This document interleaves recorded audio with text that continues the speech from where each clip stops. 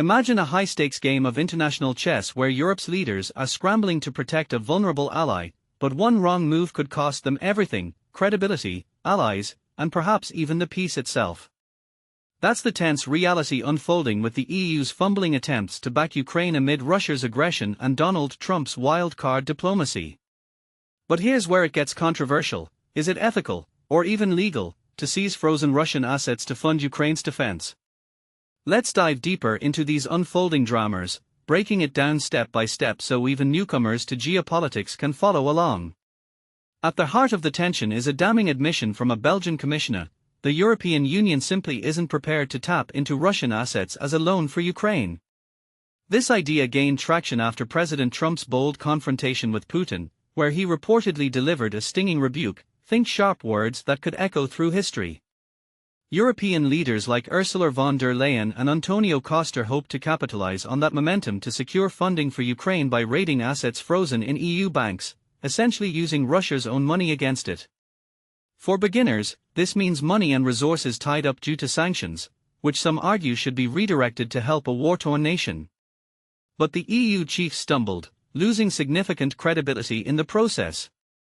And this is the part most people miss: Ukraine's President Volodymyr Zelenskyy stands to lose for more than just financial support if this fails, potentially weakening his position in ongoing negotiations and emboldening Russian advances. It's like a lifeline slipping away, leaving allies wondering if Europe's unity is just a facade. Shifting gears, but not far from the conflict's shadow, Ukraine's international partners are brainstorming ceasefire proposals to pitch to both Trump and Putin. Zelenskyy has expressed openness to ideas from European allies, appreciating the input, but is clear: no concrete deal has been hammered out yet.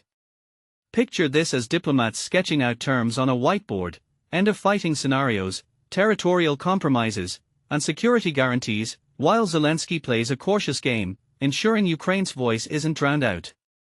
This collaborative effort highlights the complexity of brokering peace in a war zone, where every suggestion carries weight and risk.